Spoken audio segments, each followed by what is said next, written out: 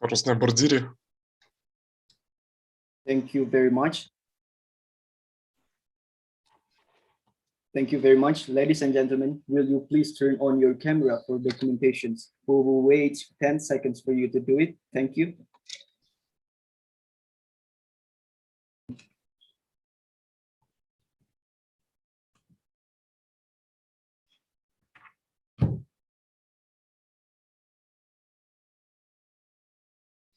Okay, I think everyone is ready. On the count of 3, 1, 2, 3. Yep, thank you very much. Next, our discussion for today will be led by my colleague from Permira, Rizkina Mirza. Rizkina Mirza, now the stage is yours. Thank you. Good afternoon, everyone in Indonesia, and good morning, everyone in Russia. Thank you for coming to our event, International Panel Discussion of Indonesia and Russia. Before we start our main session, please allow me to introduce myself. My name is Rizkina. I am graduate student of National Research Tom State University, Tom, Siberia, Russia, as well as the member of Association of Indonesian Students in Russia. All right, let's not waste time anymore. Let's listen carefully to our first keynote speaker, Mrs. Lyudmila Georgievna Vorobyova, the ambassador of Russian Federation for the Republic of Indonesia. Mrs. Lyudmila will give presentation about designing Indonesia from outside. Hello, everybody in Moscow and in Jakarta. Привет всем в Москве и в Джакарте. First of all, let me thank you for inviting me to this meaningful event. I'm really honored and privileged. And the topic I was asked to speak about is actually diplomatic relations between Indonesia and Russia. And as far as I understand, the prospect of how our diplomatic relation can help or contribute to prosperity of both Indonesia and Russia by year 2045. First of all, let me ask you about the meaning of diplomacy. What is diplomacy? In my point of view, now we have a lot of kind of diplomacy. People speak about cultural diplomacy, soft power, even gastro diplomacy. But in the classical meaning of this term, it is first of all a peaceful way to resolve conflicts through dialogue and promoting cooperation, and it is all about peace and friendship. You can describe a diplomat as a professional friend, because the job of the diplomat is first of all to promote friendship between countries. You know this famous saying that when diplomats talk, the guns are silent, or a joke that if you don't want to talk to Minister Lavrov, who is the Minister of Foreign Affairs, you will have to deal with Minister Shoigu, who is the Minister of Defense. So first of all, the diplomacy is all about friendship and cooperation. So what has diplomacy brought to relations between our two countries? First of all, let me remind you that last year in February, Russia and Indonesia have commemorated the 70 years of diplomatic relations. In the retrospective of history of mankind, that may not seem a very long period, but for our two countries, Russia and Indonesia, those years were full of bright and meaningful events, relationship based on mutual trust, friendship, and even brotherhood. For Russia today, Indonesia is one of the most important partners in Southeast Asia and the Asia Pacific. We have very dynamic interaction in various areas, including cultural, humanitarian communication, and of course, education. You're all witnesses to that. Before I go to the present state of our relations, let me remind you some of interesting facts that you may not be familiar with.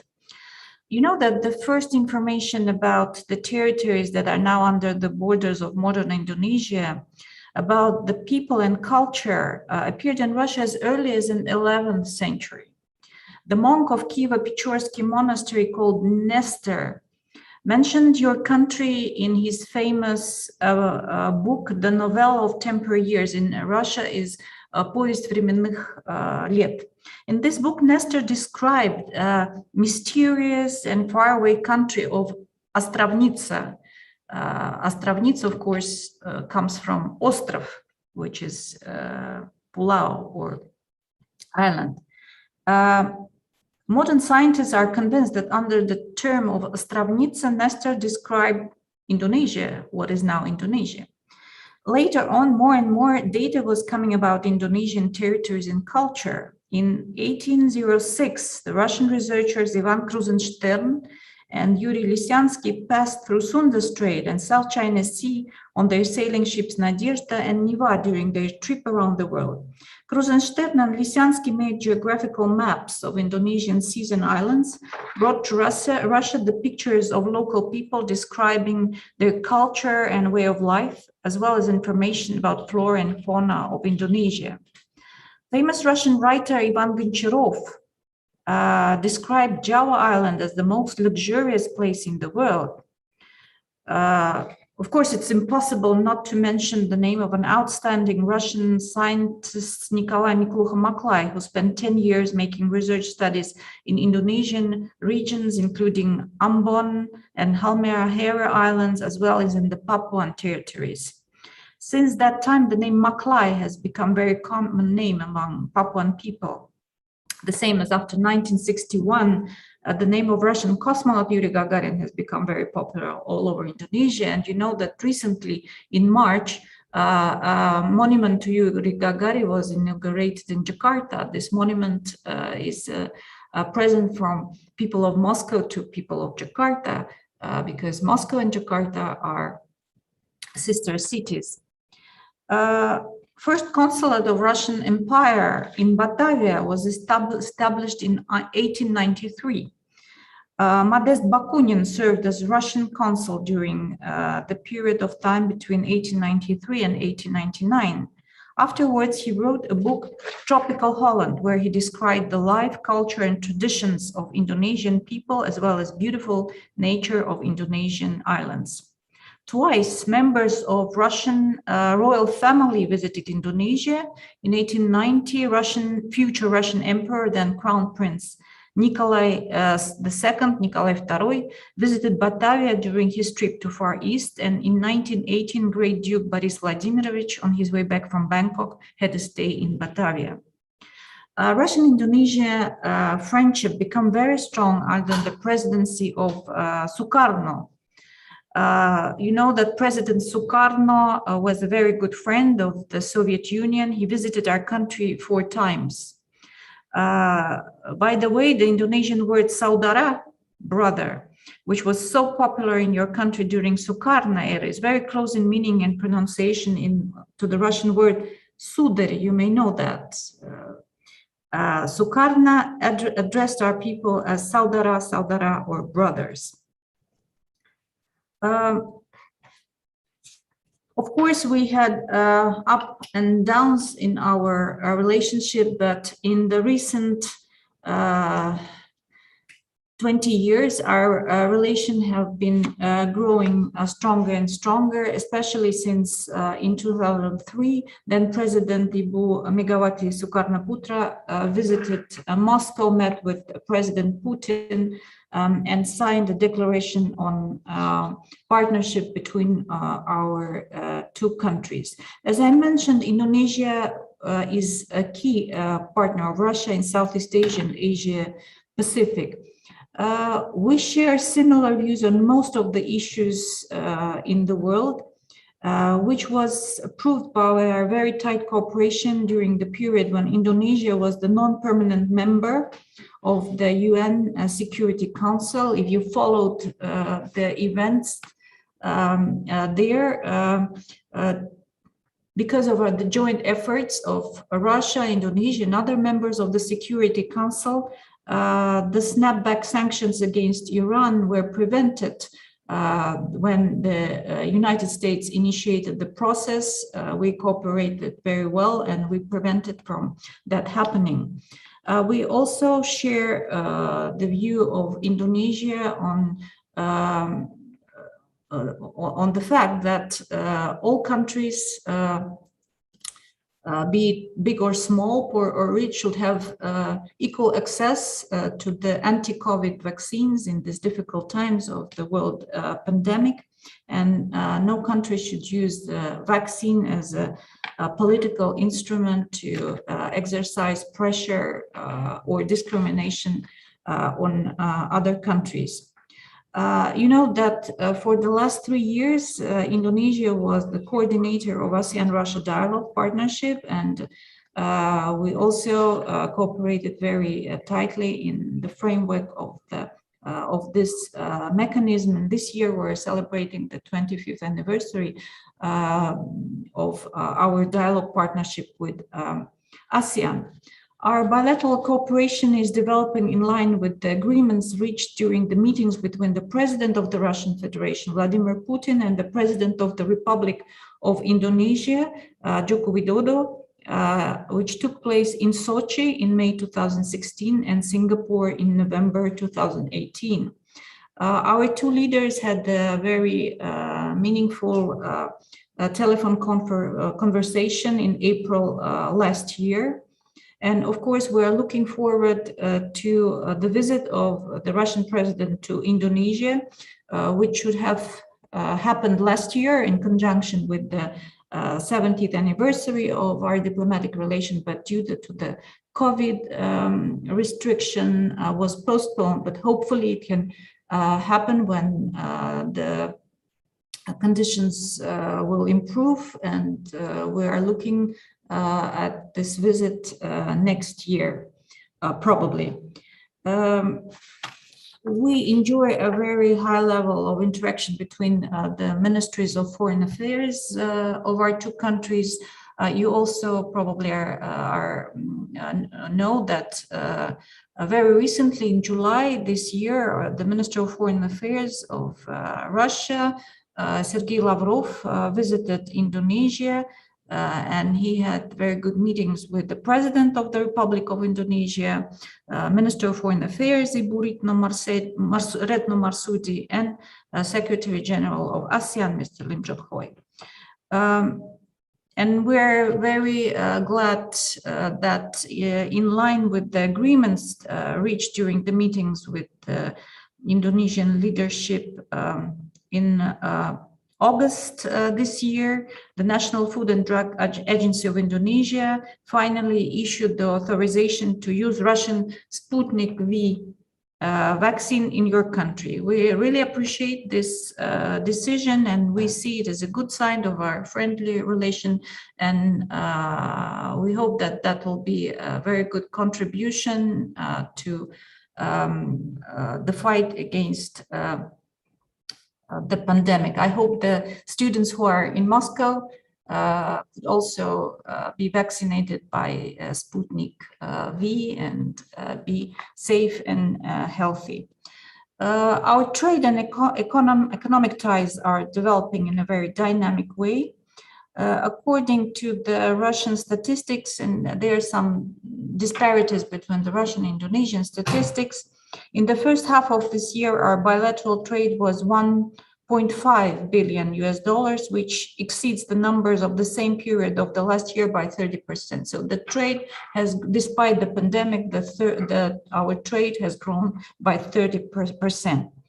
I also want to point out that Indonesian export to Russia is much bigger than the Russian import to Indonesia. It can be explained by comfortable conditions that were created by the Russian government for Indonesian business. We also hope for an increase of import of Russian goods to Indonesia, first of all, with regards to the high-tech products.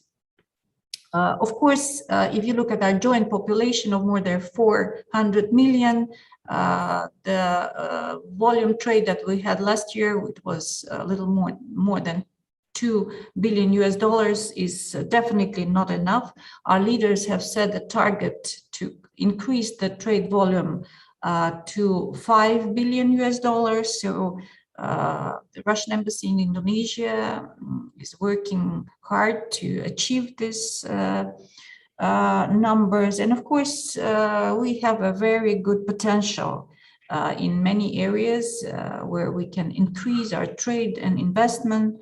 It is, of course, energy, including nuclear energy.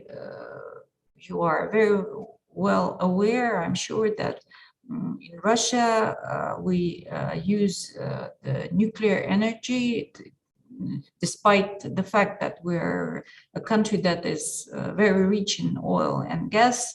But still, nuclear energy accounts for about 20% of all the electricity generated in Russia. We have a very good experience in helping our foreign partners to build and operate nuclear facilities. So if and when Indonesian government will be ready to use the nuclear energy, we will be very happy to assist you in any ways we can. We have a good potential in oil, gas, and mining industry, mineral processing, transport infrastructure, aircraft and shipbuilding industries, information and communication technologies, nano and biotechnologies, agriculture, and pharmaceuticals. At present time, Russia is implementing several investment projects in Indonesia. In particular, since 2016, the oil company Rosneft, together with PT Pertamina, are constructing refinery and petrochemical complex in Tuban, East Java, and Russian company Zarubezhneft is currently working on exploitation of oil and gas reserves in South China Sea near the Natuna Islands. Russian IT business is also very much present in Indonesia. Maybe you've heard about taxi service Maxim, which is now operating in more than 60 Indonesian cities, operated by a Russian IT company. I've seen many Maxim taxis in different cities of Indonesia that I visited.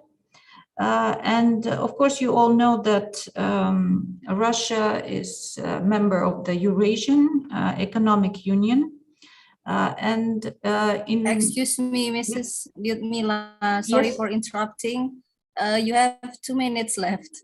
Okay. So I would like also to say that, okay, so now the 2 minutes, I will dedicate them to humanitarian and education cooperation. I'm very happy to say that the Russian government, which, as you know, provides quotas for Indonesian students, is considering to increase the numbers of quota that we give to Indonesia by 100 quotas. So at present, this year, it is 163 quotas, but for the next academic year, most probably we will have more than 200 quotas for Indonesian students. And I really hope that they will be all used and you will enjoy being in Russia and getting education in Russia. I would like to conclude that despite the current pandemic, Russian-Indonesian relations are on the rise.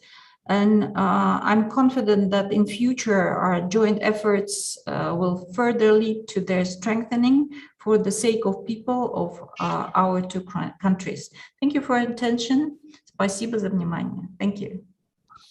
Спасибо большое, Mrs. Lyudmila. Thank you for the insightful speech. Now we know the meaning of diplomacy and diplomatic relations between Indonesia and Russia, as well as the prospects of diplomatic ties between the two countries. All right, ladies and gentlemen, let's continue our discussion with Mr. Lubarto Sartoyo. Mr. Sartoyo is the chairman of the Import and Export Association Committee for Workers throughout Indonesia. Hello. Good afternoon, Mr. Sartoyo. At the beginning, let me express my respect to organizer of this event, to Mrs. Ambassador of Russia to Indonesia, Lyudmila Georgievna, to Ambassador of Indonesia to Russia and Republic of Belarus, Mr. José Tavares, who established this association last year, and to all respected speakers. My report will deal with the prospects for trade and economic cooperation between Russia and Indonesia. But first of all, I want to talk about my organization, our Association of Exporters and Importers. This association was established by the oldest public organization in Russia, the Moscow Association of Interpreters, which has existed since 1989. Our strategic objectives: promotion the international transport corridors, creation of a new contact fields, networking, promoting the development of exporters and importers. We work is carried out with the relevant ministers: Ministry of Industry and Trade, Ministry of Economic Development, Ministry of Education, of course, and Asia. We're also working with the Chamber of Commerce of Russian Federation, with Chamber of Commerce of Regions, Chamber of Commerce, Foreign Chamber of Commerce, diplomatic missions, foreign associations like yours. At the beginning of my speech, I want to tell you about my trip to the Eastern Economic Forum, which was in Vladivostok. A number of sessions were held where I was a speaker. We discussed exactly the issues of expanding interaction in the field of economics, trade relations, cooperation, and investment. I would like to note that the rhetoric of this speech, not only mine, but also of respected government officials, was aimed at improving the economic climate and increasing between our countries. For example, when I talk with Viktor Yevtukhov, there's a Deputy Minister of Ministry, Industry and Trade of Russia, and when I ask him direct question, which country is priority in a Pacific Ocean perimeter, he replied, Indonesia. Indeed, I agreed, as a speaker noted earlier. Last year, we celebrated 70 years since the conclusion of the diplomatic relations between Russia and Indonesia. And indeed, it should be noted that there are some similarity between two countries. Our countries is a length of a territory, big countries. Both countries are located in the intersection of trade routes. Both countries are rich in minerals. It should be noted the multinationality of both countries, but at the same time, the difference between the peoples inhabiting them. But the most important, both countries are manufacturing and industrial powers.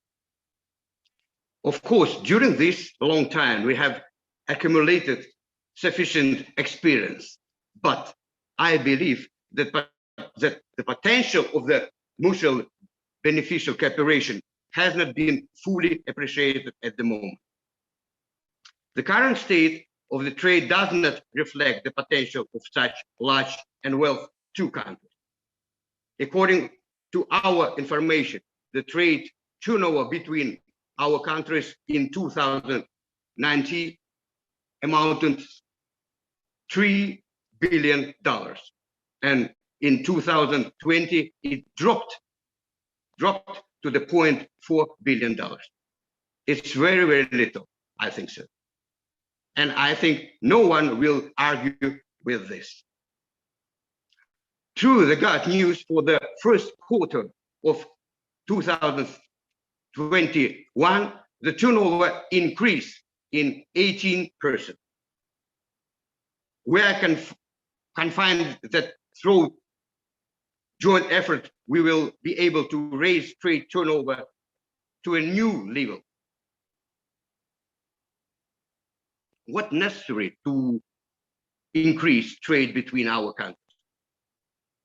First of all, consider Indonesia as a strategic long-term partner. Reduce trade barriers. Simplify bureaucracy procedures. Increase knowledge of the markets of both countries. Improve business cooperation. Develop investment opportunities. Develop technological and innovative areas. In conditions of limited movement, for example, coronavirus, to develop digitalization.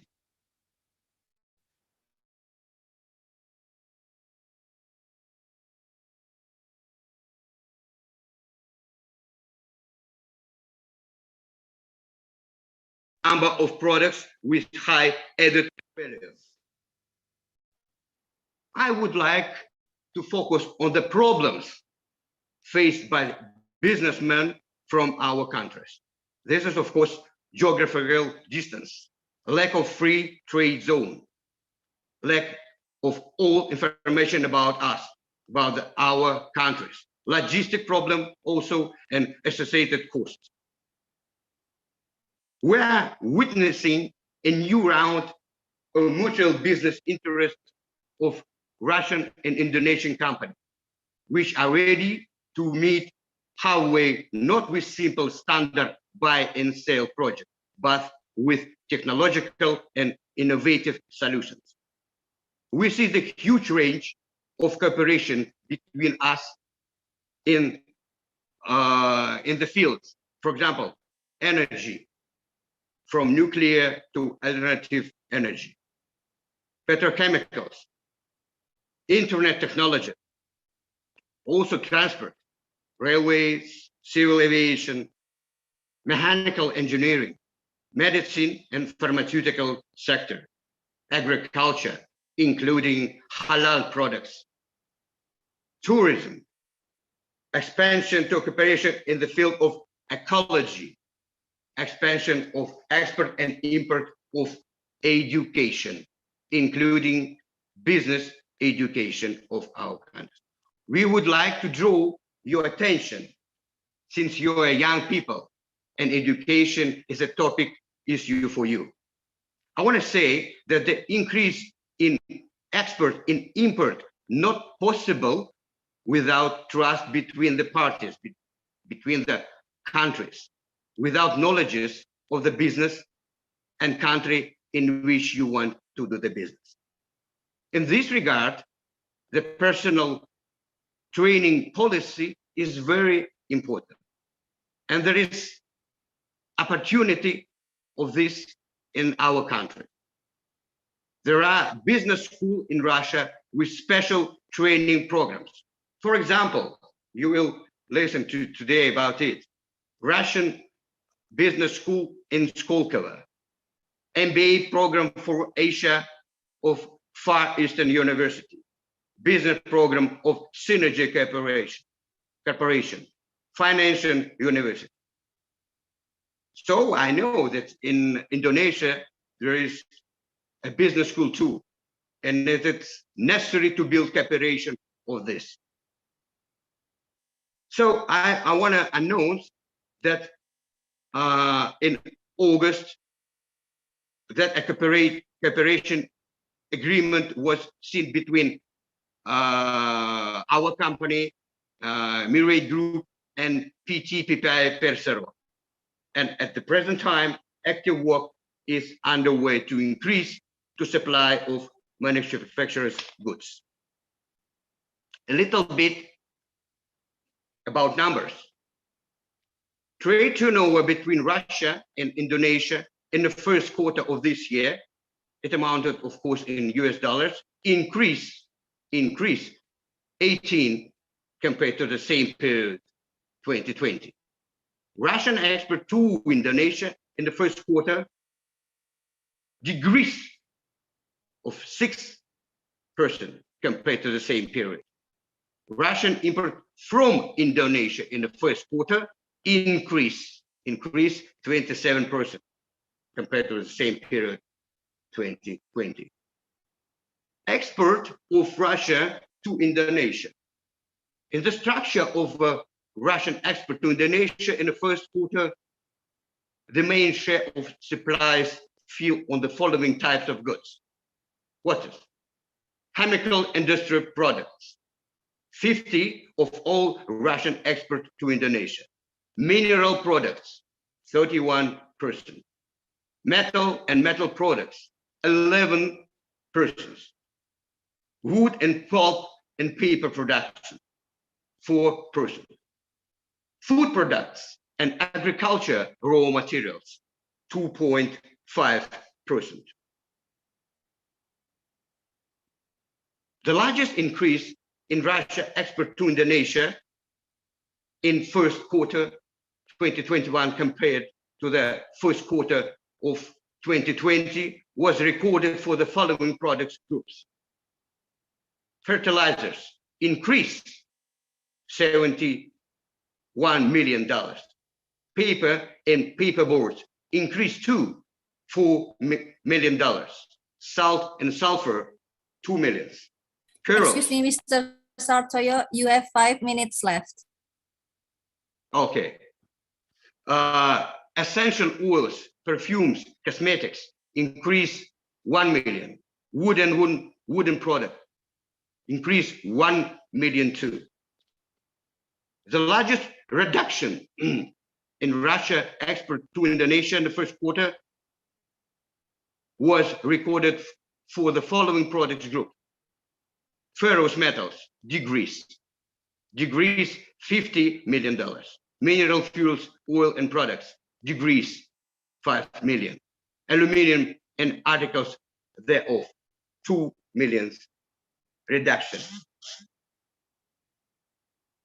Import of Russia from Indonesia. In the structure of Russia import from Indonesia, this is a food products and agriculture raw materials, 62% of the total volume of Russia import from Indonesia. Textile and footwear, 11%.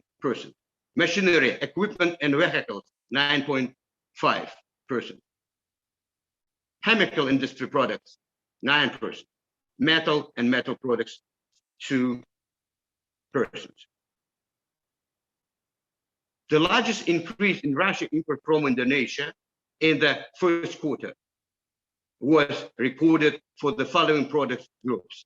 Animal or vegetable fats and oil increased $85 million. Coffee, tea, spices increased $12 million. Electrical machinery and equipment increased $8 million. Cacao and cacao products increased $5 million. Chemicals increased $4 million. Rubber and articles thereof increased $3 million. Toys, games, and sport equipment increased $2 million. And in the end of my speech, what I want to say that our countries are very big history relationships, and we have a huge potential in export and import. And in your hands, in our power to increase our export and import. Thank you very much. Thank you very much, Mr. Sartoyo, for your insightful speech. Now we understand the comparison of exports and imports between Indonesia and Russia, and how exports and imports between the two countries are beneficial and impactful. All right, and now let's move to our guest speaker from Russia. Please welcome Mr. Oleg Remiga, the economist and financial expert and the representative of Moscow School of Management of Skolkovo, one of top schools of management in Russia and #1 in Eastern Europe. Dear friends, thank you for this opportunity, for being with us this beautiful day.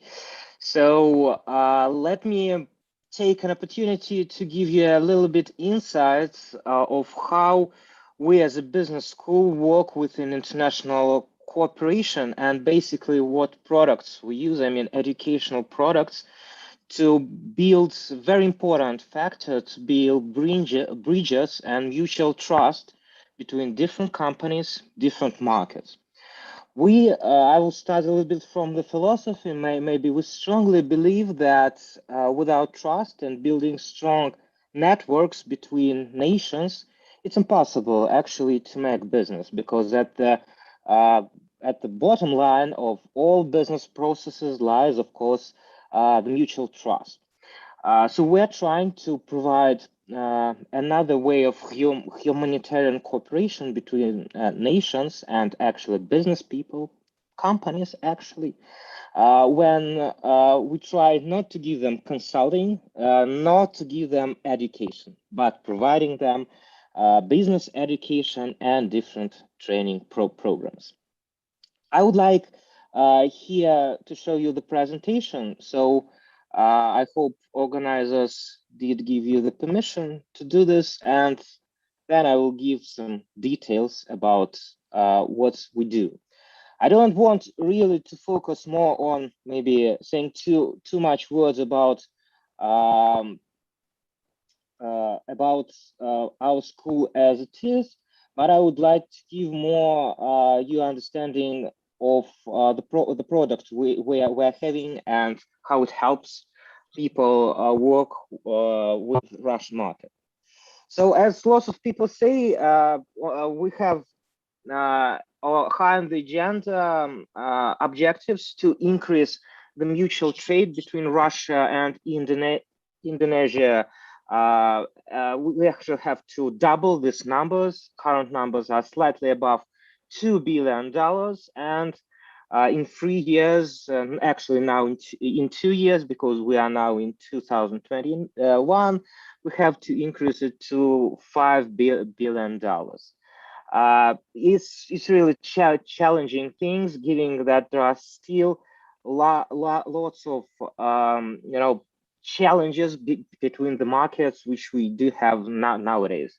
If we look at the current state of import from Indonesia, and this is a big part of economic cooperation between our countries, then the majority of it goes to food products and agricultural goods. So this is actually the market we would like to, which we have currently, and this is the existing cooperation which we can build on. Nevertheless, since we're a business school, we're trying to focus on key challenges which businesses in Russia and Indonesia are facing. Basically, they are pretty much the same across the nations, and also across Indonesian and Russian entrepreneurs. So first of all, this is the legal question. So lots of companies do not understand in details what is happening in the legal sphere, what are tax legislature or for example, which tax exclusions you can get in Russia and Indonesia, which is actually a big part of business. I will just tell you one example. One of our small to medium enterprises, for example, which study at the degree program, MBA program at Skolkovo, they're doing an interesting real estate business in Indonesia because one of the islands has been opened. I mean, the real estate, the land to the foreigners. So foreigners can invest directly and own land on one of the islands. So that was a big business for him, and he actually started it from the scratch like a year ago. So this is a really important factor. The language barrier, it's not so important as it used to be, but still.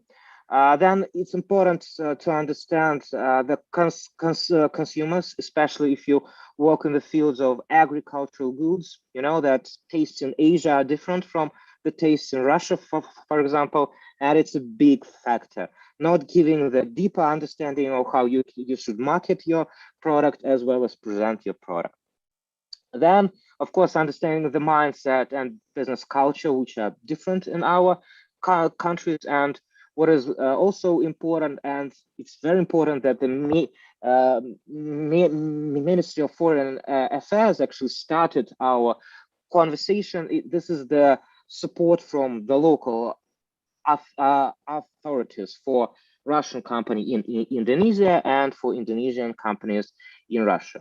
So if you want to take a very rough understanding on what are the key successful factors behind all the business connections between the two countries, therefore, to get the knowledge of the local legislature, the second factor is to have good professionals on your board within your team, have a good understanding of mindset and consumer behaviors on the market, and establish a good network, both with local partners and local authorities. Based on that, we actually created, and it's not only for Indonesian partners, but also focusing on that, a special program, which is called Understanding Russia. This is a corporate program. We call it tailor-made corporate program, which basically means that we change it according to the client's needs. We usually have a partner, a business school or a large company, state-owned company or private company, which has some business interests in Russia. In order to develop their teams, we create a free 7 days program, which basically consists of 3 parts. First part is academic, when we give them the understanding of what is happening on the market in terms of culture, politics, and economy. Then giving deep dive into the industries, basically focusing on the industries which this particular company would like to get a deeper understanding. It can be financial, energy sector, agriculture, whatever you like, actually. And the third is excuse me, building Mr. network. Remiga, Yeah. you have 5 minutes left. Great, that will be fair enough. And well, that is behind the concept which we have behind the program. So again, our professors is practitioners from business as well as government officials and experts in each field of the Russian economy. We also organize the visits both to government bodies as well as company visits to establish the connections and get the understanding what is happening within the companies. And some cultural experience, which is important. This is the psychological factor. To get the better understanding of the theory, you need some practice to accumulate it. So our partners is once again key Russian state-owned companies, private companies, and government bodies of Russia. The school was founded by the top Russian leaders, so top 10 people from the Russian Forbes list.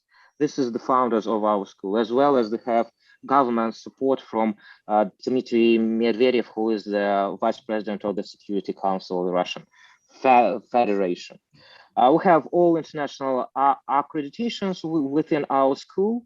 lots of programs. I think organizers can share with you this presentation after our conversation. We do have 10 experts, 11 expert institutions which provide deep dive into the different industries of Russian economy, and some thoughts from our president and one of the biggest entrepreneur from China, who also spoke very warmly about our school. So just to give you the understanding of what we do.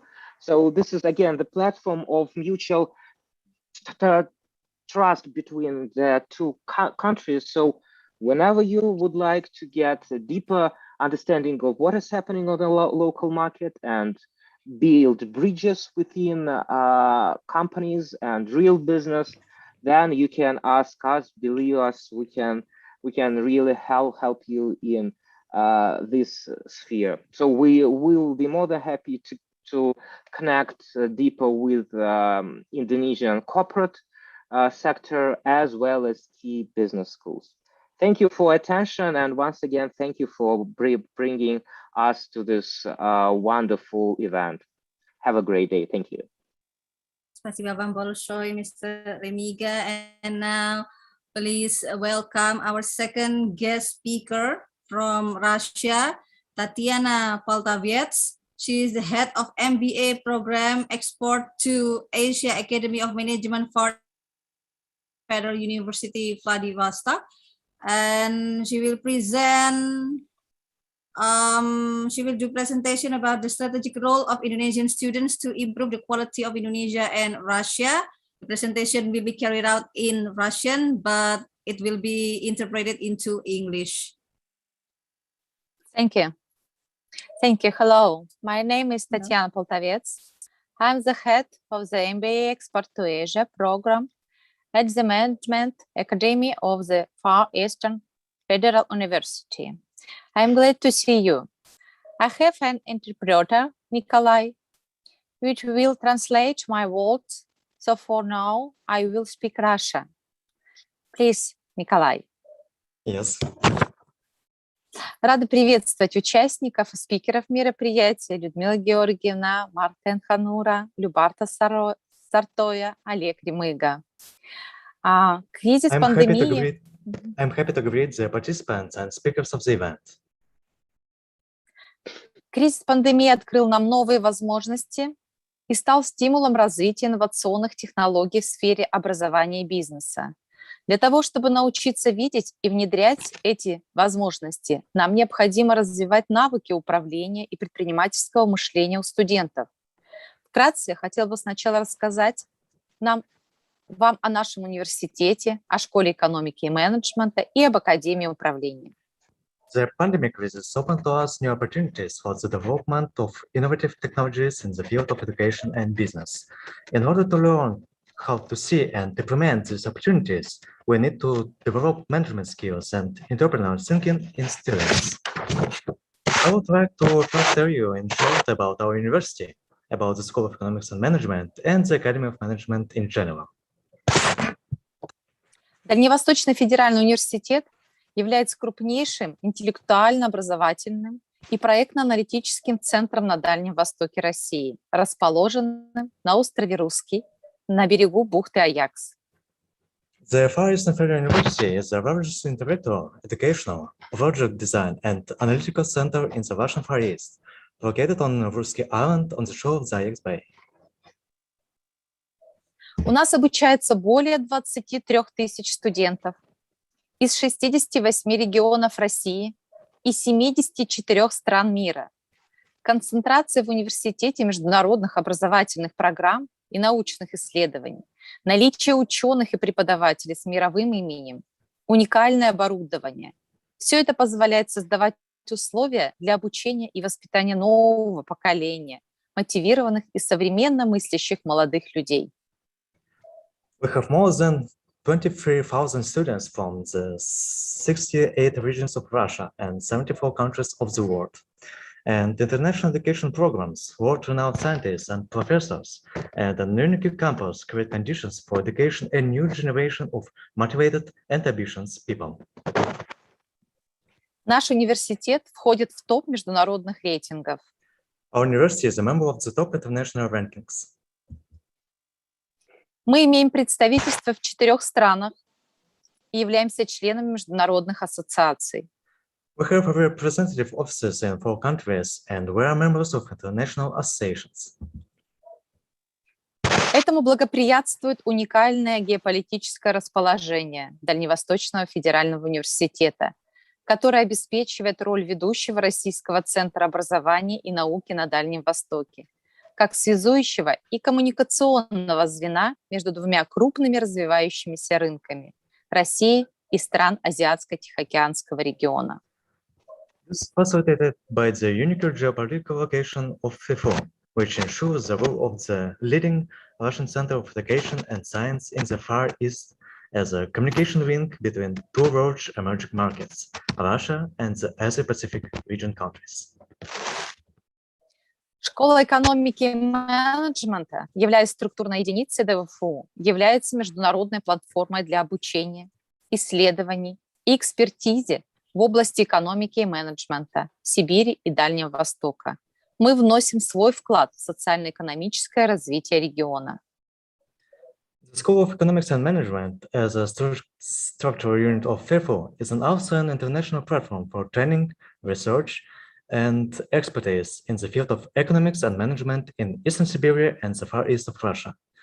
We contribute to the social and economic development of the entire region. В школе учатся более 4000 студентов, в том числе более 500 иностранных. Студенты могут выбрать обучение по 31 образовательной программе и продолжить свое профессиональное развитие. More than 4,000 students study at the school, including more than 500 foreign students.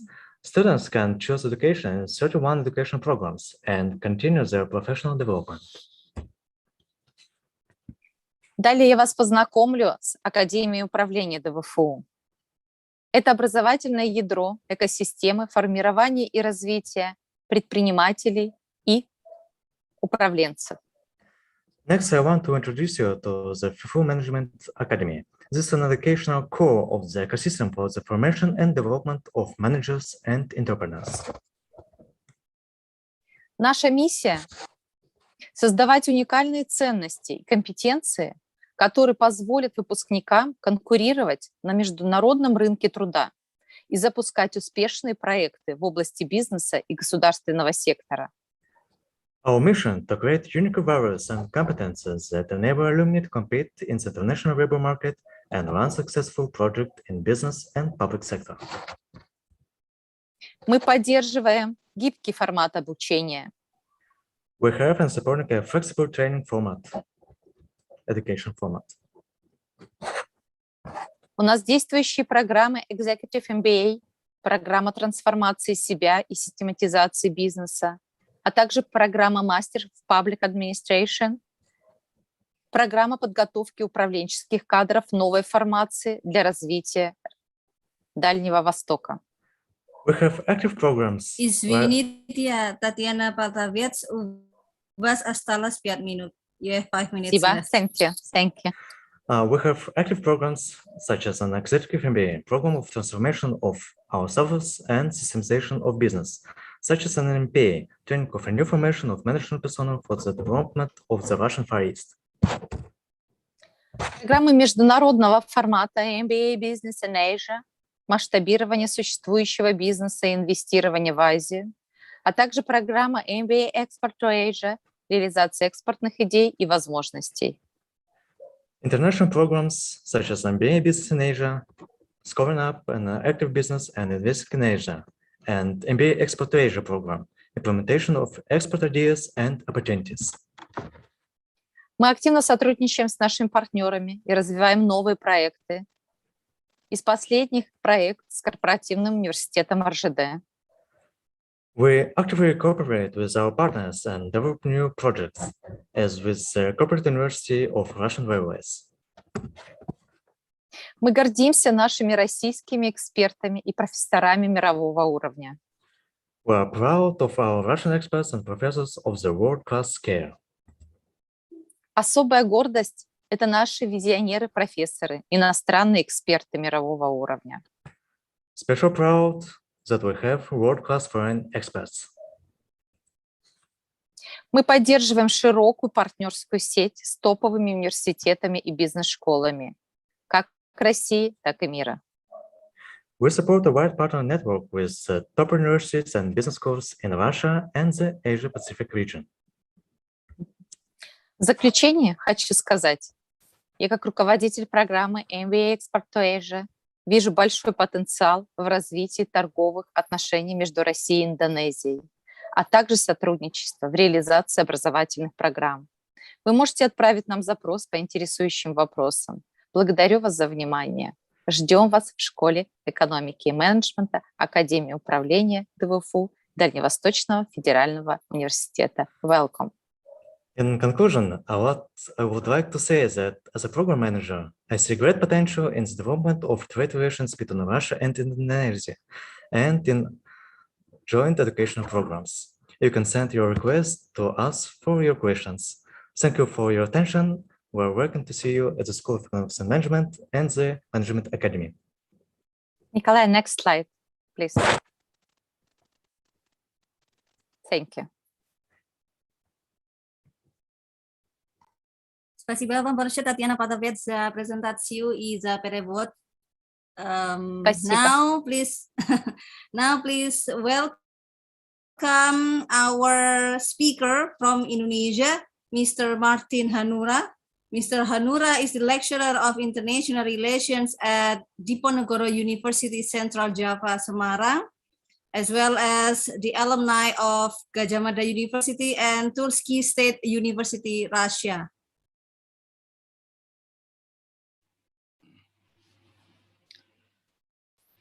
Okay, thank you for MC introduce me.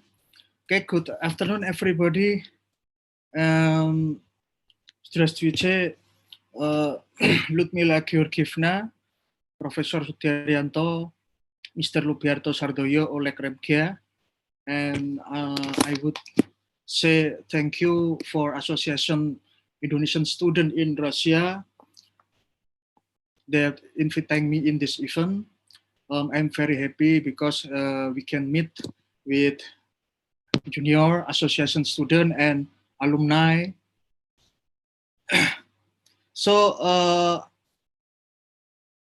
I would like to convey the topic, dynamics of Indonesia-Russia bilateral relations. Now I'm a lecturer in International Relations Department of Diponegoro University, Semarang. And I want to convey about topic dynamics of Indonesia-Russia bilateral relations, challenges and opportunities. The value used by the two countries was to establish bilateral cooperation between Indonesia and Russia that I want in the first define how is a foreign policy. Foreign policy is a consists of two elements, national objective to be achieved and means for achieving them. And the interaction between national goals and the resources for attaining in the perennial subject of statecraft. In its ingredients, the foreign policy of all nations, great and small, is the same. And foreign policy is a strategy or plan of action formed by the decision makers of a country in dealing with other countries between Indonesia and Russia, or other international political units and control to achieve specific national goals as outlined in the terminology of national interest. And also, foreign policy can be influenced by many variables, including its history of alliances. We know Indonesia has a history when very close ties when Nikita Khrushchev and Sukarno and with the other countries. And also its culture, form of government, size, geographical location, economic ties, and military strengths. So the cooperative relationship between Indonesia and Russia are basically inseparable from the national interests of each country. And national interest is a very vital element which includes survival of nation and state, independence, territorial integrity, security, military, and economic welfare. And then relationship is carried out within the framework of free and active Indonesian, because Indonesian foreign policy have principle free and active peace. That the based on the principle of mutual respect and a mutually beneficial relationship, both through a group and bilateral approach. Cooperation that has been and is being carried out between Indonesia and Russia. We know in 1959, the Soviet Union lent foreign debt funds amounting to 12.5 million US dollar in July 1959 to finance the construction of a sports stadium in Indonesia with a capacity of 102,000 spectators to host the Asian Games sports party. The leader of the Soviet Union, Nikita Khrushchev, made a diplomatic visit to Indonesia, which at the same time provided of a credit of 250 million US dollar and 20 bed units for hospital in Indonesia in 1960. Furthermore, the Indonesian Minister of Defense, at that moment, General Ahar Nasution, led the Indonesian delegation to the Soviet Union to purchase weapons for the Indonesian military and manage the obtain the rate $450 million credit from the Soviet Union. And that day, the strength of the Navy increased 5 times in Indonesia with the import of combat equipment from Russia. Also, in the field of education, the two heads of state agreed to establish the University of the Friendship of Nations in Moscow, called Lumumba University Patricia, which has later renamed Patricia Lumumba University. Nikita Khrushchev also invited Indonesian students to study in the Soviet Union with scholarship from the Soviet government. Now, cooperation relationship when Joko Widodo government, the relationship between Indonesia and Russia during the time of President Joko Widodo can be seen at the beginning of the inauguration of Joko Widodo as President of the Republic of Indonesia. One of the special envoys who attended the inauguration at the event was Denis Manturov. Denis is the Russian Minister of Trade and Industry, who is special envoy Russian President Vladimir Putin. On that occasion, Denis had time to convey congratulations from Putin to Jokowi. He explained that in the near future, Putin will meet the Jokowi, and the meeting will discuss bilateral relations between the two countries from various fields. In addition, also another moment was when Indonesia and Russia commemorated the 65th anniversary of diplomatic relations on 2015. Indonesian President Joko Widodo and Russian President Vladimir Putin agreed to further enhance relations and cooperation between the two countries by taking advantage of the commemoration momentum. This was conveyed in the congratulatory message exchanged by the two presidents. According to President Jokowi, Mr. Hanura, you have 5 minutes left. According to President Jokowi, Indonesia-Russia bilateral relations are growing stronger based on the spirit of friendship, equality, mutual respect, and mutual understanding. Meanwhile, President Putin, in his congratulatory message, said that based on good tradition, Indonesia-Russia relations are actively which include areas which were emphasized by the meeting of the President of Russia and the President of Indonesia on sidelines of APEC summit in Beijing. And also the exchange of congratulations was also conveyed by the Minister of Foreign Affairs of two countries. Indonesian Foreign Minister Retno Marsudi and Russian Foreign Minister Sergei Lavrov hope that relations between the two countries can be even closer in the future. And several cooperation Indonesia and Russia in the field energy. For the example, PT Pertamina signed a framework agreement for the development of the gas route refinery located in Tuban, East Java, with an oil and gas company from Russia. This is the initial state of refinery construction, which is expected to be completed in 2021. This investment is worth rate 12 billion US dollar until 13 billion US dollar. And in the file cooperation in politics, chairman of the Council of Regional Representative, Russian Federation, the role of parliament in supporting peace and stability in the arena. The Council representative between countries signed MOU contains the interest of the parties to enhance inter-parliamentary cooperation through dialogue and consultation in international parliamentary organizations such as the Inter-Parliamentary Union and the Asia-Pacific Parliamentary Forum. And then cooperation in the economic field, the value of bilateral trade between Indonesia and Russia reached 1.98 billion US dollars.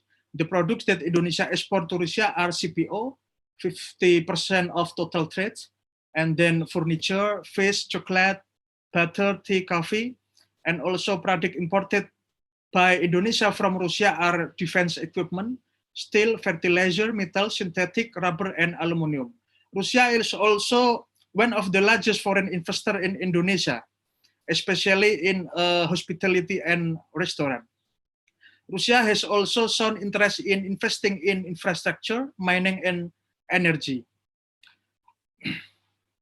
And then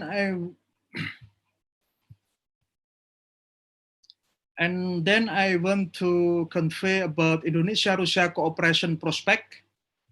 I think as the country coordinator of the ASEAN-Russia partnership for 2008 and 2021 period, Indonesia has set three priority areas for cooperation, namely in counterterrorism, cybersecurity, and disaster management issues. Indonesia also succeeded in facilitating the improvement of ASEAN cooperation with Russia to become a strategic partnership partner with ASEAN. Meanwhile, the President of Republic Indonesia also made a visit to Europe, namely to Russia, at 2016, which resulted in an investment commitment of 13 billion US dollar from Russia. Meanwhile, increasing bilateral... Sorry, Mr. Hanura, you have 1 minute left. Okay. Meanwhile, increasing bilateral relation in the field of education, IT, and creative industry was also carried out with a number of countries in Eastern and Southeastern Europe, including engagement with research and development centers for technology and industry from Russia. In order to encourage the strengthening of cooperation with partner countries in assisting the national economic recovery COVID-19 pandemic, there is also an opportunity for Indonesia to become an alternative destination country for outbound investment, as well as a global supply chain system for countries in Eastern and Southeastern Europe, especially Russia. I think that's I can fit in this topic. Hopefully, the cooperative relation between Indonesia and Russia will improve in the future. Thank you. Spasiba. Thank you very much, Mr. Hanura, for your insightful speech. Now, we're going to have question and answer session.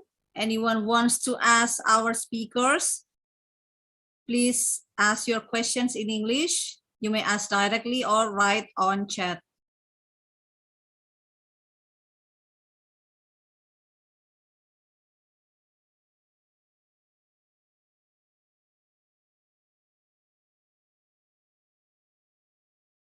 Please mention your name, university, and the speaker you want to ask.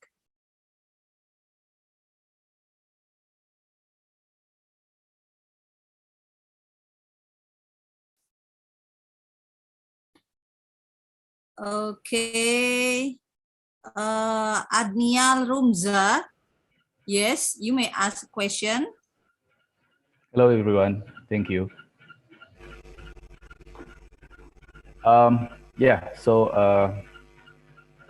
Thank you My name is Tatiana Poltavitz. I'm an alumni from Russia. I graduated from Prudent, Moscow, around 10 years ago.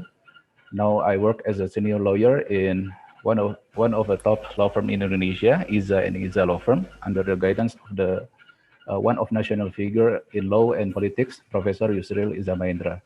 So we agree that within the years, investment and trading relationship coming from Russia have hugely increased in Indonesia, and I believe Indonesia is still a juicy market with a lot to offer.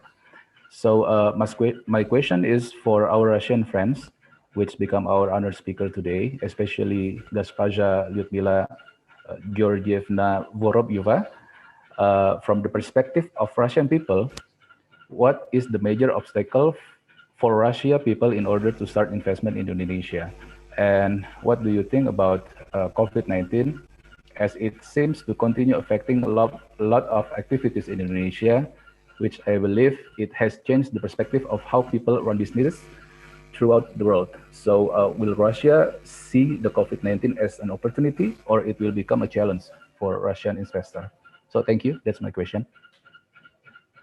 Okay, so thank you, Adnia Rumza, for the question. Actually, the question is for Mrs. Lyudmila, but unfortunately, Mrs. Lyudmila has left the forum. So this question is... So maybe I can ask to our other Russian friends, which become speakers today. Maybe can help to answer. Thank you. Mr. Ramiga and Mrs. Mrs. Tatiana Poltavitz.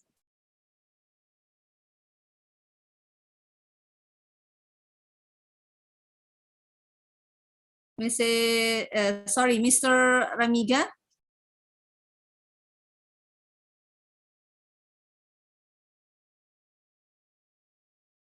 Mr. Oleg Ramiga, are you still with us?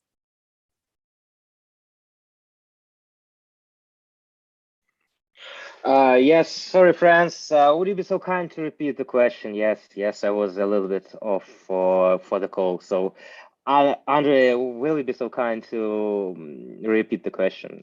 I will do my best to answer. Okay. Okay, Adnia so, Rumza, please repeat the question. Yeah, so basically my question is, from the perspective of Russian people, what is the major obstacle for Russian people in order to start investment in Indonesia? And what do you think about COVID-19, as it seems to continue affecting a lot of activities in Indonesia, which I believe it has changed the perspective of how people running businesses throughout the world. So will Russia see it as an opportunity, or the COVID-19 will become a challenge for Russian investor? Thank you. Yeah, so for investors, basically, the key question is the safety of their money. So this is the first factor. So whenever the government or any government body can guarantee the safety of your investment locally, then that will be a very huge success factor to attract investors. The second thing is the legislature. So because at the end of the day, whenever you make investments, it's all about making money. So investors look at IRR, they look at MPV, so these hard investment indicators. So if this IRR and NPV is good and enough for the investor, and the taxation is not so high, because by making good taxation, you can, I mean, the local government, like Indonesian government, can vary and increase the money which foreign investors make on the local market. Again, this is a good example, as I told you during my speech. So lots of Russian investors, they, for example, started to invest in the real estate in Indonesia. For example, the deal was very easy. So you can buy land, you can develop this land and then sell it at premium. So he even making this real estate project in 2 years, he increased the price by like 5 times. So it's really huge. IRR, even with high risk if you take the local market. So this is, I believe, the key success factors for bringing the investments. Regarding the COVID, yes, it's a challenging time for business, especially for investors, because it's not so easy to control the business remotely, and it's not so easy for coming to the facility, coming to the market to see what is happening with your, factory, real estate objects or something like that. So it's really let's put it like this, it's make the risk higher. Nevertheless, lots of investors in industries, they are optimistic. So they understand that now the assets are pretty cheap. So everyone hope that COVID will end somehow in a year or in two. So it's high time to invest, because when the economies will grow in due course, in year or in 2 years, then you can buy the cheap assets when they really at the bottom of their price. So presumably, again, that's a good time. And if you take, for example, the international export and import operations, COVID is not so big factor, because now you can see a big trend, at least we see within our clients, that they now using heavily e-commerce platforms. So my actually notion is a big help for Russian Indonesian trade, and it will be easier to achieve this goal of 5 billion in 2023 by starting to invest or providing such e-commerce platforms. Because, for example, with other Asian countries, Russia do have such kind of platforms, and it's easier for exporters and importers to use this facility to organize their business processes even during COVID. Sorry if I was too long. Maybe Tatiana can add something to that if she's online.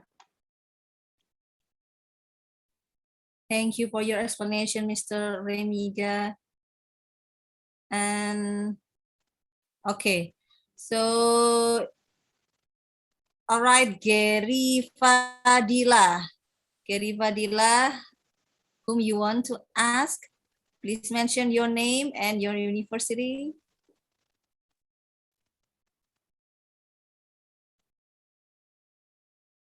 I'm sorry, we cannot hear you.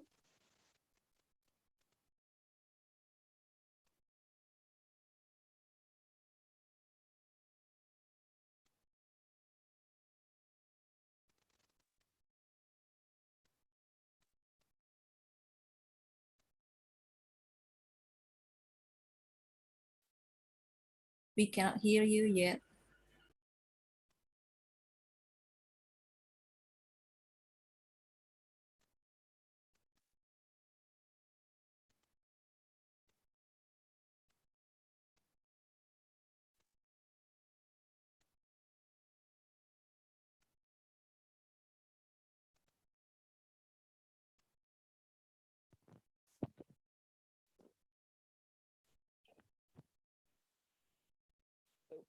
Can you hear me now?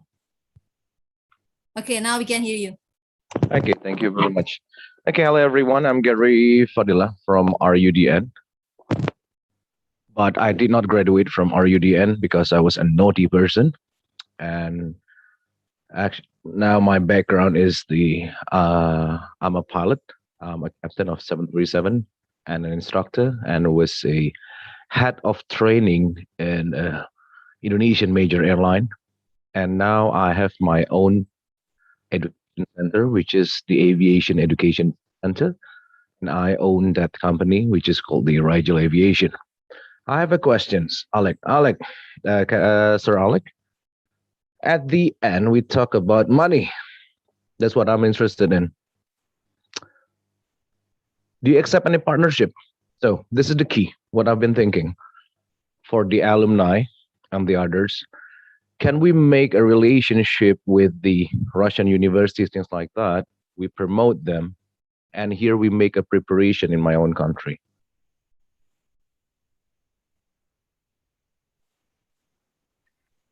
Yes. Do you Yeah, accept any partnership? we do, and actually, this is how the model how we work in different markets. So it's easier for us, more easier for us to start by making partnership with business schools, because presumably the structure of business schools are all the same all over the world. So whenever we talk about educational products, they exactly understand what we're talking about. What you're talking about is more with working with universities, like not a business schools, because it's they are in Russia, particular. They are like very difficult animals. Too many bureaucracy. So it's not so easy, even if you are as an interpreter, come to them and say, guys, we are ready to sell your education products. We can help you attract more foreign students. The process takes like decades to organize everything. But it's a good market, so the Russian universities can accept such kind of partnership. And we also work with private companies, which help us providing our programs on local markets. So regarding our position, the simple answer is yes.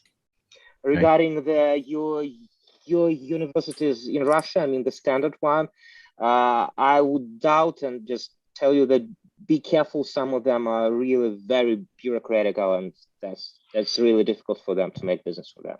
Okay. Why I ask that? Because that's the most feasible way that beneficial to the alumni. So we can make a partnership, means we can make a preparation program, like like informal preparation program before sending them to Russia. That might create employment fields to the alumni. Okay. So actually, I just came into this and to this seminar. I was really late, but I saw you were presenting something about the university or education, something like that. So what if we sell your program here? I don't know, you're a university or what? I don't know. We sell your program here. Once we sold them, the people who want to study in your country, our company, my company, we can make a preparation program, and that's great employment field for the alumni. That's the only feasible way. If we talk about coil, blah blah blah, it's beyond my purchasing power. And yeah. The best thing here is maybe not to use the time of other people who are now participating in the conference. Just let's contact after the forum and exchange the ideas how we can organize that. We are a business school, we are a private business school, so we are open to partnerships. So you are business school, not university. No, we are a business school. We're a business school. Moscow School, management school. Cool. Yeah, business school. Oh, school. That's high school program? Nope, it's a business school. That means that we work only with postgraduate people who have due experience in management, and they are like owners of the companies. So this is our key clients. We do not work with students. We're not. It's just the name of the school, like the school. Okay. But the business school work with this kind of clients. All right. So is there any chance? Okay, we'll talk later on, all right? Yeah. Let's see how it goes. To use the but I need your contact, all right?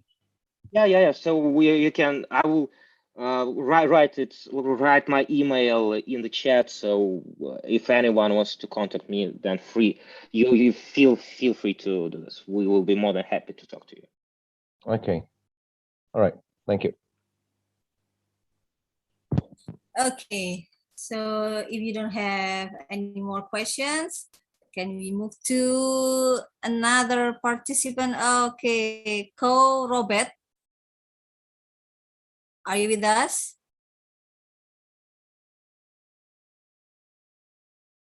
Co Robert? No? Okay. So now, okay. Anyone wants to ask?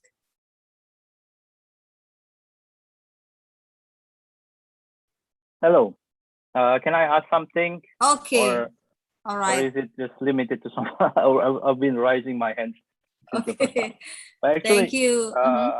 if give me 5 minutes, it will not be longer. Actually, thank you for Permira, greeting and honoring to all the speakers like Mr. Lumila Gergovna, Lubarto Sardoyo. We've been friends in Facebook, and I've seen like so many activity during export import because I'm the entrepreneur itself in St. Petersburg, doing the export import in between Russia and Indonesia. And Martin Hanura, my old friend, he's used to be the head of Permira as well, like this long time ago, 10 years. So I'm alumni from 2011, St. Petersburg State Medical University, named after Mechnikov. And I have several questions to several speakers actually, but basically to Miss Ludmila Georgovna, since she's not here, but maybe someone else could answer my question regarding the, I heard that in Russia, it used to open a border for vaccination tourism. It's like, it's some interesting scheme for me as a entrepreneur as well to arrange like a tourism vaccination to Russia from Indonesia to Russia. But if I don't know, there's no information how to arrange like the visas and all. It's like, is there maybe any other from embassy who could answer this question first? And second of all, about the vaccine Sputnik V, since it's been allowed in Indonesia to be sold or to be by BPOM,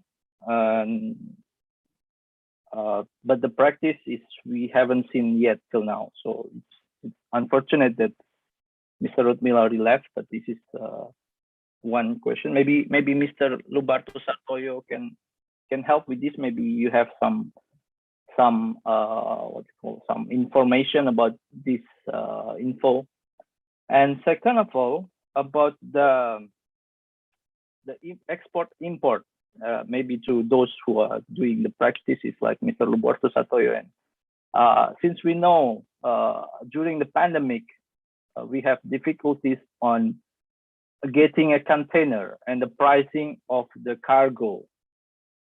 And a long time ago, I heard we talked with Miss Jose also regarding these problems and trying to solve this, but I haven't heard any solution. Maybe because as I see the report is the export import rising around 27 to 30%, like you have mentioned it, between Indonesia and Russia. So Russia is more imported products.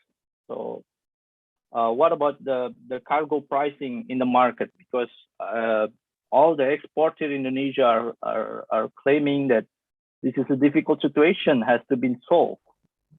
And one more question about Mirai Group.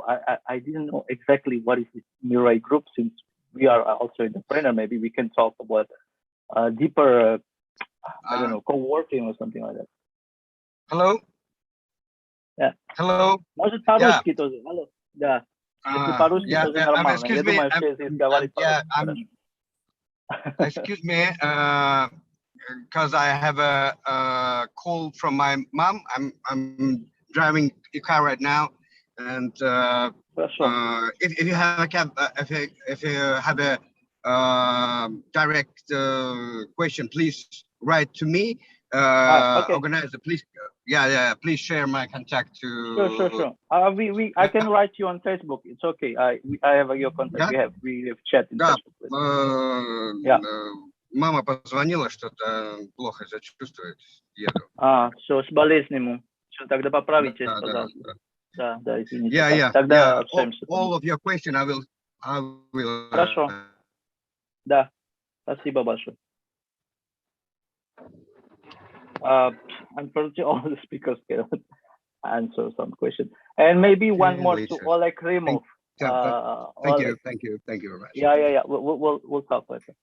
Oleg Remiga. I'm a student and on Geekbrains. It's one of Skolkova. I heard it's Skolkova. As I see, you have online. My question is, what about the education system? Is it online or offline scheme that you are offering to the business school students who will come to Russia to study, and maybe to Tatiana Poltavitz? Since now, as we know that it's very limited visa, even a student visa is not allowed. Like for now, до сих пор вот сложная ситуация, даже студенты, которые хотели прийти в Россию, с визами они не могут получить до сих пор. То есть некоторые студенты учатся до сих пор удаленно. Получается, есть возможности как бы это открыть, либо когда в ближайшее время, или вообще попозже. То есть как бы когда это конкретно. То есть мы сейчас говорим, там красиво, там мы будем учиться, там будем, не знаю, заниматься экспорт-импорт, но по факту там сейчас сложная ситуация по всему миру. То есть надо действовать как-то вот это государство или какое-нибудь там решение, как. Спасибо. Да, разрешите? Да, конечно, кто-то хотел ответить. Да, разрешите, я по-русски отвечу, да? Да, без проблем. Окей, можно спасибо. Без проблем. То есть для меня это да, спасибо. Буквально на текущей неделе в открытой информации было доступно о том, что Россия открывает границы для иностранных студентов. Соответственно, необходимо смотреть индивидуально по стране, по эпидемиологической ситуации в стране, откуда студент, но с 1 сентября границы для иностранных студентов наши вузы, наша страна открыла.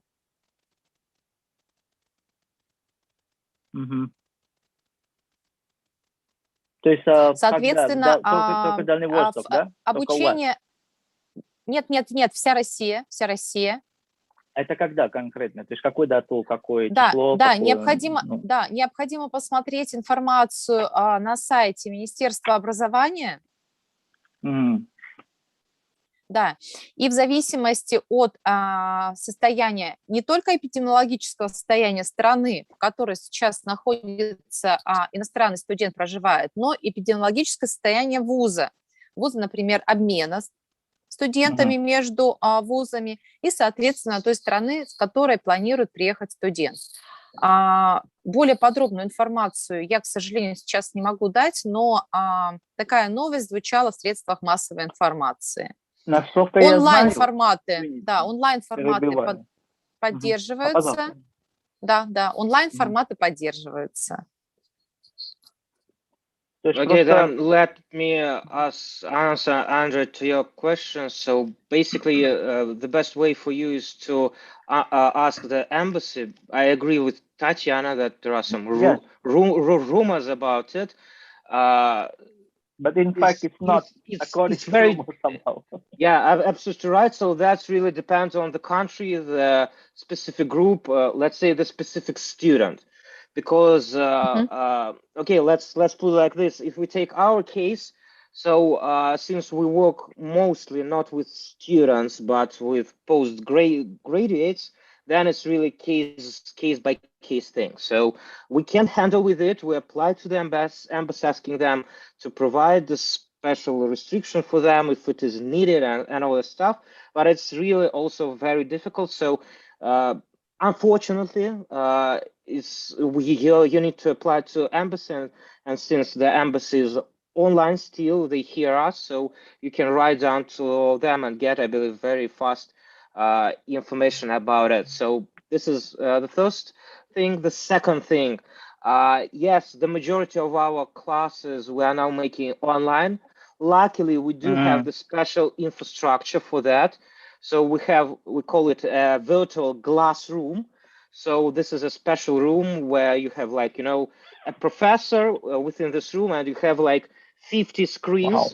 So all the participants, this infrastructure is only we have in the Eastern Europe. Some global business schools also do have this infrastructure, but we have 3 such kind of rooms. So whenever you study in this room, you feel like being part of TV show, and you don't feel like now we are just talking the screen. It's not so good. You feel like being part of, in interaction. It's really great thing. So we do have a special infrastructure for that. So we don't feel it's a big challenge now. And we also make, and all global business schools do it, we call it a blended model. When you have, for example, if the group like foreign and local, we have 2 classes. We organize like rooms abroad, and the classroom here at Russia. We have the professor here at Russia, Russian professor, with the local group, and the foreign group, the foreign professor, our counterpart, and we make a link. So the class is within the country, but only like divided. It's called the blended when we put together these borders. So that's how we work. And regarding the vaccination, the COVID-19, just information from you, the operator of all that topic is the Russian Direct Investment Fund. So basically, if again, you would like to get a deep understanding of what is happening with the vaccination, you can again apply to them. They are working on that on a strategic way, and I know they work with partners, with private companies also. So please apply to them. They will help them in industry. Yeah. Thank you.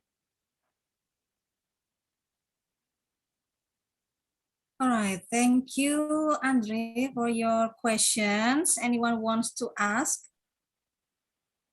We still have time.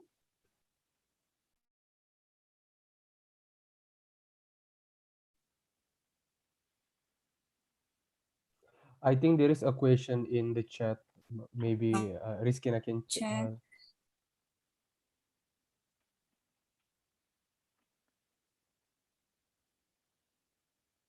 I'm sorry, I didn't see the questions on chat.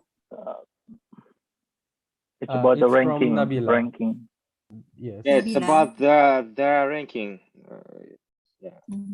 I could announce if you want. Yeah. Sorry, I saw it. Okay. Oh, the question is to Mr. Oleg Remiga, Tatiana Poltavitz, and Mr. Satoyo. Yeah, why the ranking of the Russian university are not as good as university in the US or other European countries? And the second question, does the Russian government facilitate internships for Indonesian students and alumni of Russia? If yes, what kind of procedures as the requirements? If not, this can be a way for increasing Indonesia and Russia in education sector and employment or labor cooperation sector. The first question is about ranking. I believe Tatiana would be best person to answer since she's representing the university. I can just give you the private opinion on that, if you like. Okay. Actually, the interpreter of Mrs. Tatiana, Mr. I forgot his name. Yes, I'm here. Nikolai. Yes. Да. Я внимательно прочитала вопрос, да, почему рейтинги такие низкие. Наверное, одним из показателей, из индикаторов вхождения того или иного университета в мировые рейтинги является количество иностранных студентов, обучающихся в университетах. И когда мы говорим о развитии российско-индонезийского сотрудничества в образовательных форматах, то мы говорим как раз о том, чтобы индонезийские студенты имели возможность обучаться в российских университетах. И таким образом, конечно же, мы будем повышать свое место в международных рейтингах. На самом деле сейчас мы научились в онлайн-форматах работать, и ни один студент за прошлый год, за 2020-2021 учебный год не отчислился из университета только лишь потому, что он оказался, скажем так, в стране своего проживания. Соответственно, онлайн-форматы позволяют нам поддерживать тот уровень образования. И, конечно же, для поддержания такого алюмни-сообщества необходимы и тех программ, которые требуют определенного оборудования, онлайн-образование здесь немножечко приостанавливает. Но, несмотря на это, 2021 год показал, что российские вузы открывают свои двери, открывают границы для въезда иностранных студентов. Сложный вопрос состоит в том, насколько свободно иностранные студенты могут потом вернуться домой. И сложность состоит и в транспортных связях между нашими странами, насколько студенты могут свободно перемещаться и насколько они могут выбирать, например, вуз Российской Федерации. Вузы вакцинируют иностранных студентов так же, как и предлагают вакцинироваться российским студентам. Хорошо, спасибо за ответ. Спасибо. Nikolai Koprianov, could you please translate it into English for those who may not understand Russian? Yes, I carefully read the question, and first of all, I want to say that one of the indicators of being in ranking is the number of international students. So in Russia, we must develop the number of international students and to make them have an opportunity to study in Russia with no limits. So this year we learned how to work with different format. And in this year, no one in our university was dismissed because of being in foreign country. So time has shown that Russia opens up in educational sphere and everyone has opportunity to study abroad. Okay, and so it answers all of the questions.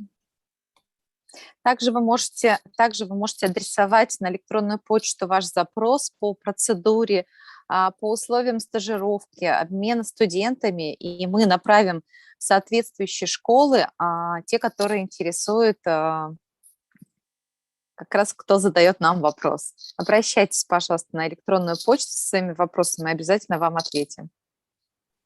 Also, if you have questions for Tatiana Poltavitz, please send them on mail, and so we'll answer you at the most short time. Thank you very much. Okay, thank you for the translation. Any more questions?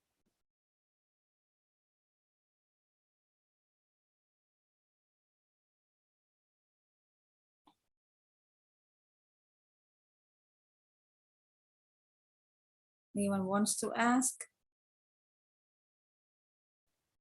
Maybe I think it's already clear enough. We already discussing a lot of things today.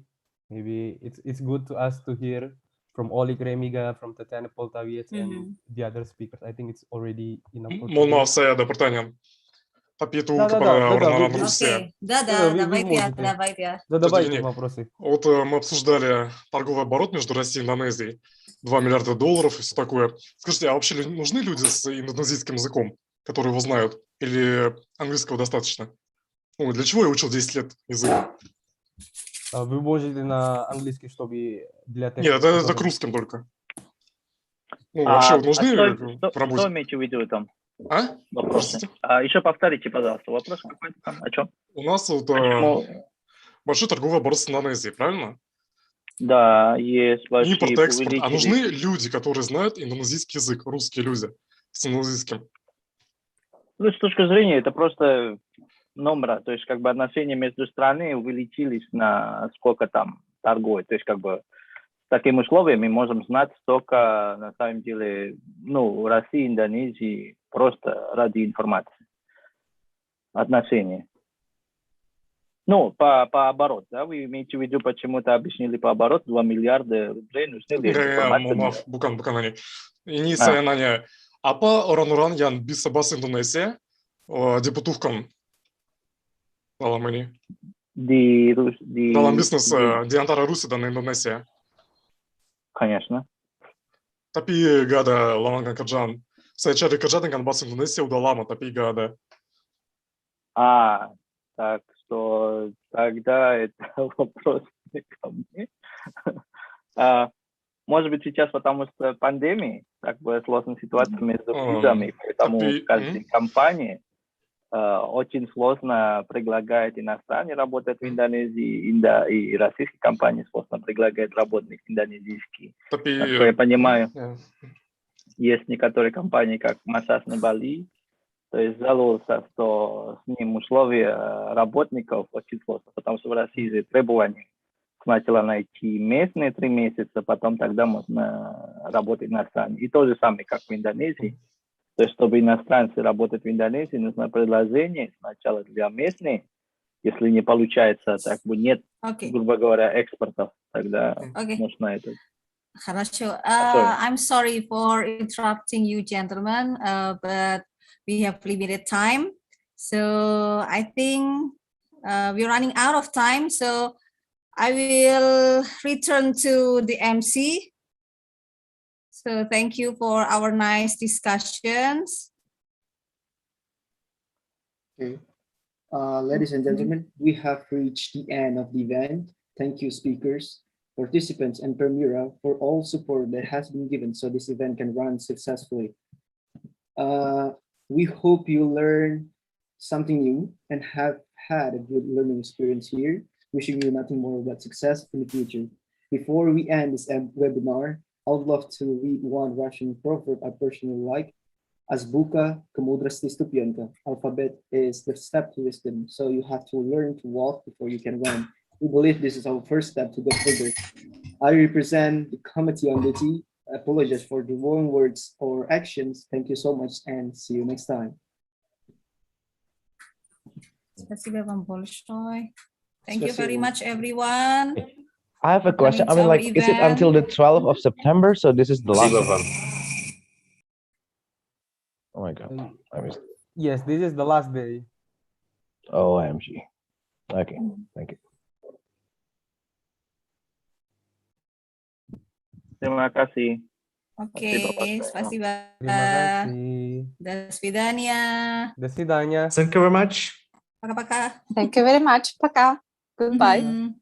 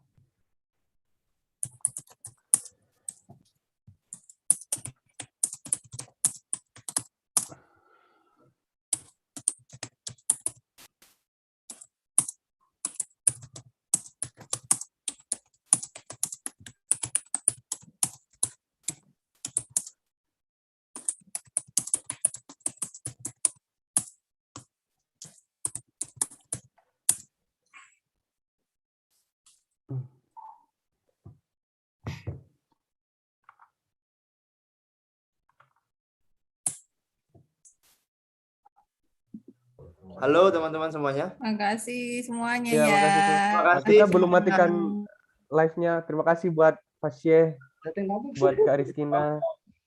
Teman-teman. Belum Mohon live-nya maaf kalau banyak salah. Aduh Kak, kami terima kasih banget Kak udah mau hadir Kak. Halo, cek 1 2 kedengaran? Iya Kak, sebentar.